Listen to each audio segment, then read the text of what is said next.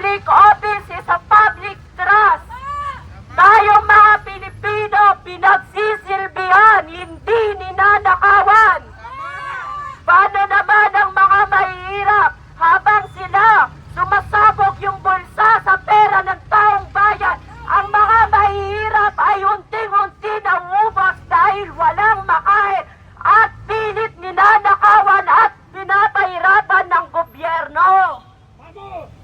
Kaya, Bongbong Marcos Jr., the Lupin Emperor III, you must resign as a President of the Philippines. Pinapahirapan mo ang mga Pilipino. Wala ka nang nagawang mabuti. Kaya lumayas ka dyan sa Malacanang.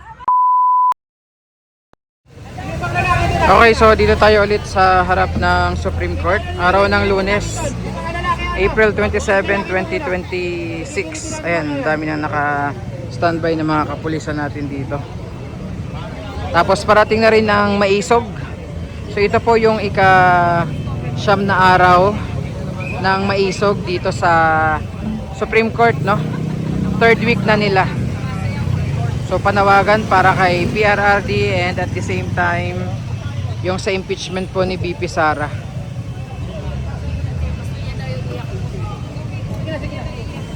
Ayan. Check natin, ayan na. Winawagayway na yung bandila ng Pilipinas.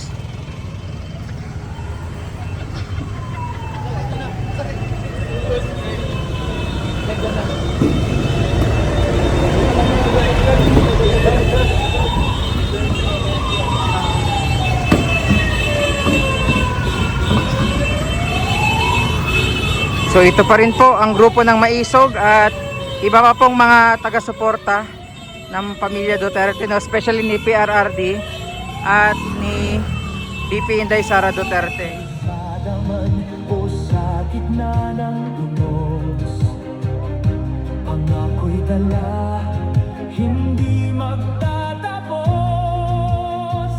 Bawat hakbang ay para sa tao, serbisyo'y tunay, hindi pakitang tao.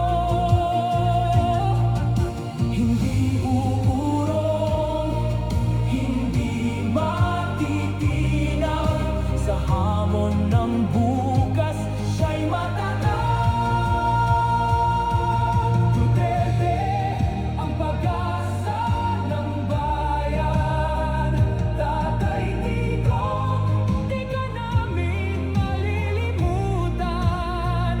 Tatang Duterte, tapat ng serbisyon, katapatan. Para sa mamamayan, serbisyo at katapatan. Dito tayo sa harap ulit ng Supreme Court.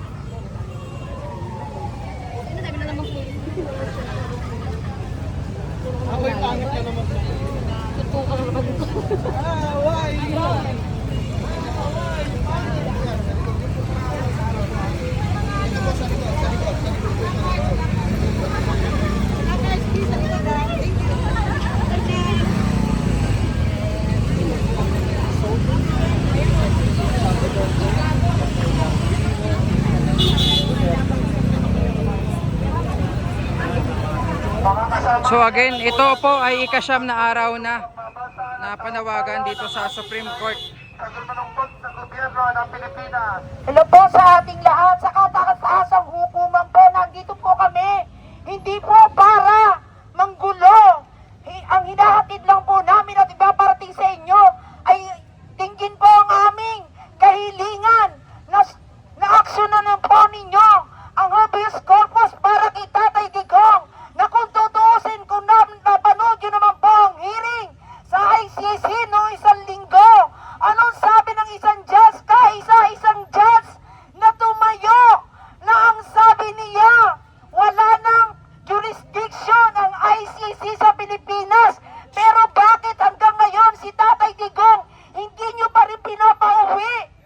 Nandito kami para sabihin sa inyo na hindi kami magsasawa na suportahan ang dating naglingkod sa bayan na walang iba kundi si Tatay Digong.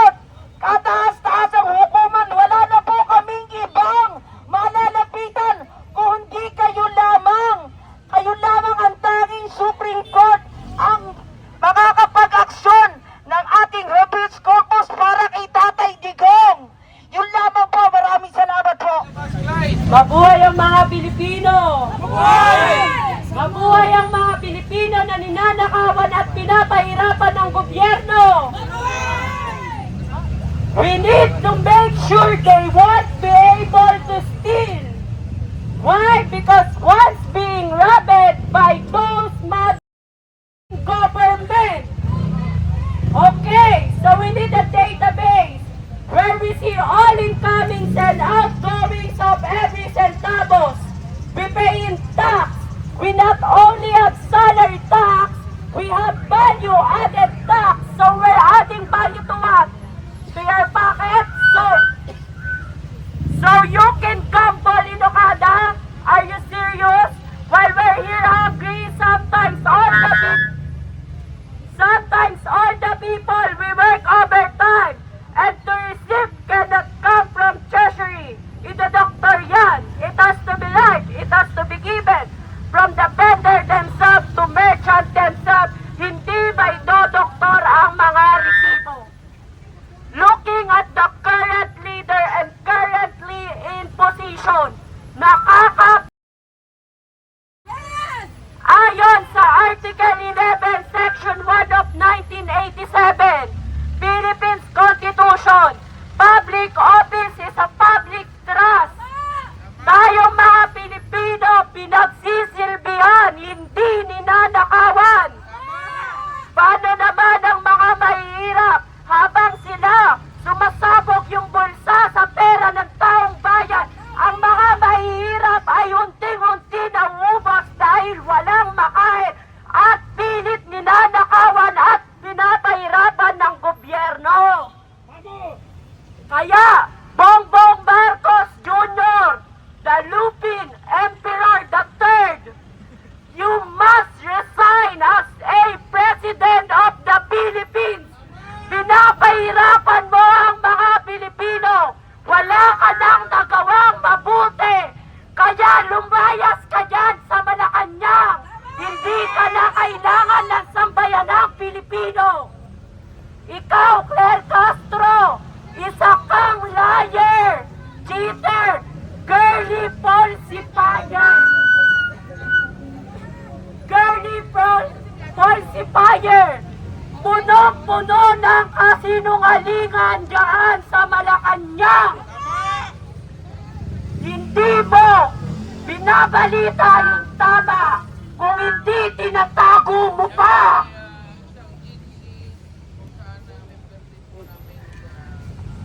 Ikaw naman, Lisa Marcos, the Grand High Witch of the Southeast Asia. You are the First Lady of Republic of Nothing.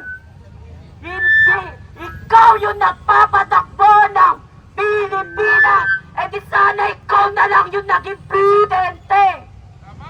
Kayong mga pamilyang adik, lumabas kayo sa Malacanang. Di kayo nararapat dyan.